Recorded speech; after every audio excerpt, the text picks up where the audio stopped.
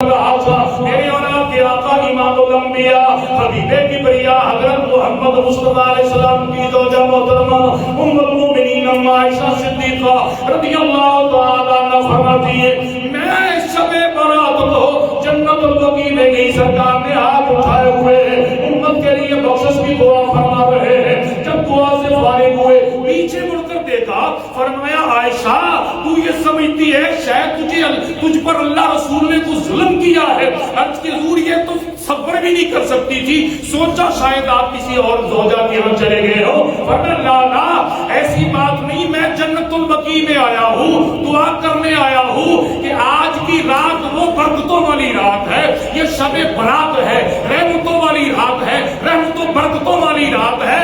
اس رات کو اللہ قبیلہ بنی کلب قبیلہ کی بکریوں کے بالوں کے برابر اللہ نے امت کے گناہگاروں کو جہنم سے آزادی عطا فرمائی۔ یہی اماں عائشہ صدیقہ رضی اللہ تعالیٰ عنہا دوسری روایت میں فرماتی ہے، وہ بڑی طویل روایت ہے، آخری حصہ یہ ہے کہ نبی پاک علیہ السلام کی بارگاہ میں اماں عائشہ صدیقہ نے کہا حضور قبیلہ بنی قلب قبیلہ کا نام لینے کی کیا ضرورت تھی اور کیا سبب وجہ ہے؟ اور میں سب سے بڑا قبیلہ بھی یہ ہے اور زیادہ بکریاں بھی ان کے پاس ہیں اور ان کی بکریوں کے بال بھی زیادہ ہیں، اس لیے میں نے اس قبیلے کا نام لیا، تو میں نے اس کے قبیلے کا نام لیا ہے۔ اندازہ لگائیں ایک انسان ہے، اس کے سر کے اوپر بال ہو بشرطے کہ وہ گنجا نہ ہو، بال سلامت ہو، اس کے سر کے بال گرنا بڑا مشکل ہو جاتا ہے، تو بکری کے جسم میں کتنے بال ہو؟ یہ قبیلہ اور بکریاں بھی اس کی زیادہ ہیں، اور یہ نبی علیہ السلام نے امت کو تسلی اور تشفی عطا فرمائی، بولو امت کو تسلی اور تشفی عطا فرمائی۔ آگے بڑھیے، حضرت عبداللہ بن عمر بن عاص رضی اللہ تعالی عنہما آپ فرماتے ہیں کہ نبی کریم سید دو عالم صلی اللہ علیہ وسلم نے فرمایا جب شعبان المعظم کی 15ویں رات آتی ہے، شب برات آتی ہے، اللہ پہلے آسمان پہ آسمان دنیا پہ نزول اجلال فرماتا ہے، اور نبی علیہ السلام نے فرمایا چغل خور اور خودکشی کرنے والے کے علاوہ ہر عابد و زاہد بھی اللہ گناہوں کو معاف فرما دیتا۔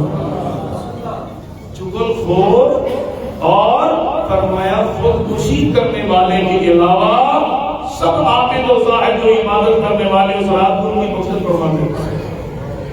آگے بڑھیے، حضرت سیدنا ابو موسیٰ اشعری رضی اللہ تعالی عنہ فرماتے ہیں کہ نبی علیہ السلام نے فرمایا کہ اللہ تعالیٰ شب برات کو آسمان دنیا پہ نزول اجلال فرماتا ہے، نزول اجلال فرماتا ہے، اور نبی نے فرمایا مشرک اور کینہ پرور کے علاوہ اللہ سب عبادت کرنے والوں کے گناہوں کو معاف فرما دیتا ہے۔ آگے بڑھیے، اس حدیث کے راوی حضرت سیدنا ابو بکر صدیق رضی اللہ تعالی عنہ ہیں، آپ فرماتے ہیں کہ نبی کریم علیہ السلام نے فرمایا میں اس شب برات کو اللہ پہلے آسمان پہ نزول اجلال فرماتا ہے اور مشرک اور کینہ پرور کے علاوہ سب عبادت کرنے والے کے گناہوں کو معاف فرما دیتا ہے۔ آگے بڑھیے، اس حدیث کے راوی حضرت معاذ بن جبل رضی اللہ تعالی عنہ ہیں، آپ فرماتے ہیں کہ نبی علیہ السلام نے فرمایا اللہ تعالیٰ شب برات کو اپنے گناہگار بندوں پر، وہ جو نفل پڑھنے والے ہیں، وہ جو عبادت کرنے والے ہیں، وہ جو ذکر و فکر کرنے والے ہیں، وہ تسبیح و تحلیل کرنے والے ہیں، اپنے بستروں کو چھوڑ کر اللہ کے گھر میں مسجد میں آتے ہیں، نبی علیہ السلام نے فرمایا اللہ ان بندوں پر نظر رحمت فرماتا اور فرمایا سوائے مشرک اور کینہ پرور کی سب کی مغفرت فرما دیتا۔ آگے بڑھیے، اس حدیث کے راوی حضرت عوف بن مالک ہیں رضی اللہ تعالی عنہ ہیں، فرمایا حضرت عوف بن مالک رضی اللہ تعالی فرماتے ہیں نبی علیہ السلام نے فرمایا اللہ تعالیٰ شب برات کو اپنے بندوں پہ نظر رحمت فرماتا ہے اور مشرک اور کینہ پرور لوگوں کے علاوہ اللہ سب کے گناہوں کو معاف فرما دیتا ہے۔ اب میں نے تقریباً 4-5 ایسی حدیثیں سنائی ہیں جن میں اللہ پاک نے مشرک کا ذکر کیا ہے، کینہ پرور کا ذکر کیا ہے، اور فرمایا چغل خور کا ذکر کیا ہے، تو فرمایا ایسے لوگوں کی بخشش نہیں ہوگی، باقی جو بھی اس رات رب کی بارگاہ میں آئے گا اللہ اس کی بخشش فرما دے گا۔ ہاں، ایسے لوگوں کی بخشش کی ایک ہی صورت ہے، اس رات کے آنے سے توبہ کر لیں۔ کیا ہے بولو، کیا ہے؟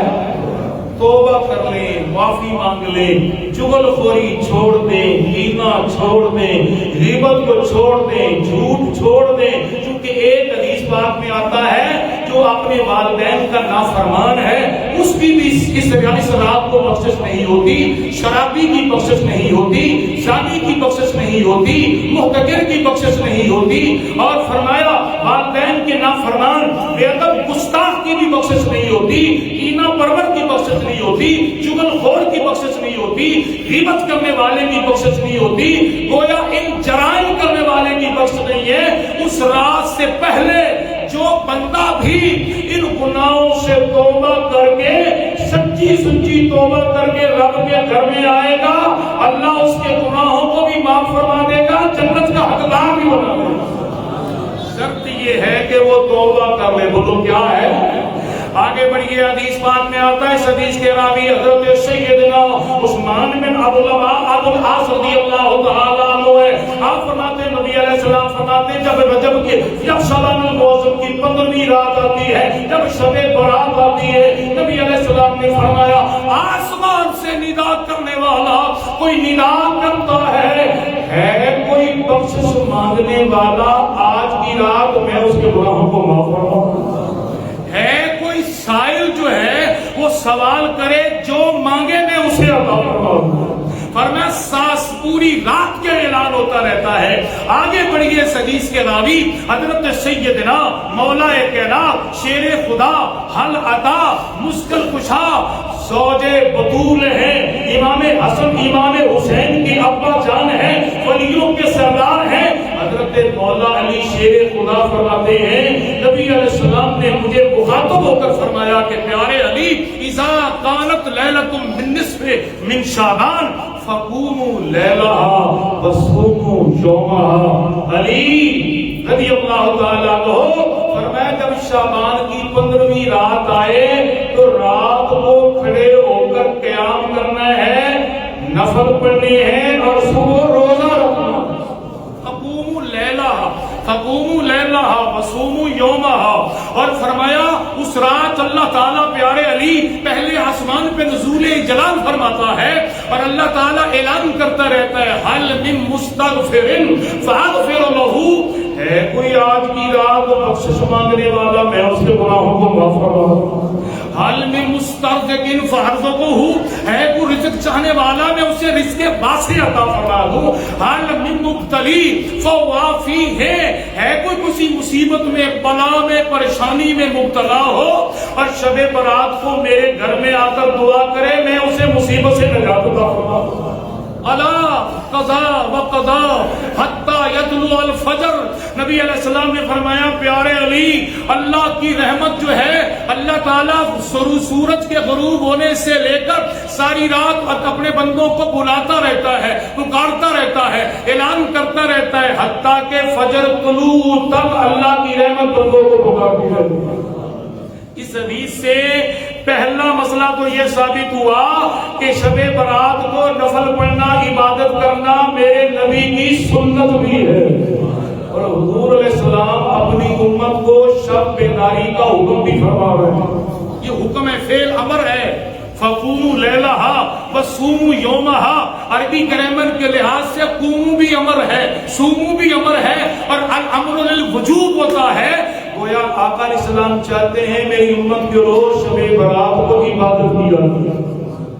اس کے بعد اس حدیث پاک سے یہ بھی مسئلہ ثابت ہو رہا ہے کہ اس رات کو عبادت کرنا میرے نبی کی سنت بھی ہے، اور یہ بھی پتہ چلا جو حضرت اما عائشہ صدیقہ والی حدیث سن چکے ہیں، اس رات کو قبرستان جانا بھی میرے نبی کی سنت ہے، اور یہ بھی پتہ چلا کہ اللہ تعالیٰ اس رات کا اللہ کی رحمت بندوں کو پکارتی رہتی ہے۔ کتنے افسوس کی بات ہے، اللہ کی رحمت پکارتی ہے، خدا قریب ہو کر بندوں کو بلاتا ہے، رحمت کے دروازے کھل جاتے ہیں۔ مگر ہم کیا ہیں؟ ہم آتش بازی کرتے ہیں، ہم ہلڑ بازی کرتے ہیں، ناچتے ہیں، بھاگتے ہیں گلی کوچے بازاروں میں، اور آگ جلا کر گویا عملاً کہتے ہیں کہ یا اللہ ہمیں رحمت کی ضرورت نہیں۔ کوئی بدبخت ہوگا جو رحمت کو نہ چاہے، ورنہ ہر بندے کو رب کی رحمت کی ضرورت ہے۔ اس لیے علامہ اقبال فرماتے ہیں، خدا یہ فرما رہا ہے ہم تو مائل بکرم ہیں، کوئی سائل ہی نہیں۔ شب برات کو اللہ کی رحمت بندوں کو پکار رہی ہے، آؤ میرے بندوں میں تمہارے گناہوں کو معاف کر دوں گا، آؤ تمہاری بگڑیوں کو بنا دوں گا، تمہارے مسائل کو حل کر دوں گا، اور تم شرلیاں پٹاخے چلا کر رحمت کو روکنا چاہتے ہو۔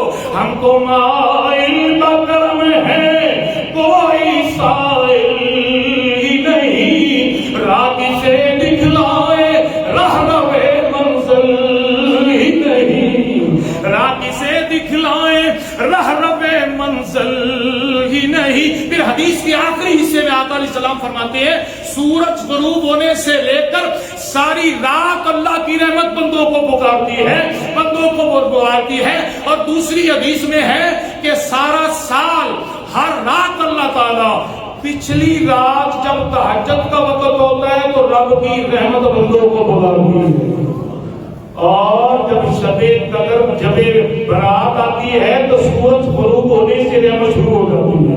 اور میاں صاحب فرماتے ہیں کہ پچھلی راتی رحمت سے رکھ دی، مل کر پڑھ لو، پچھلی راتی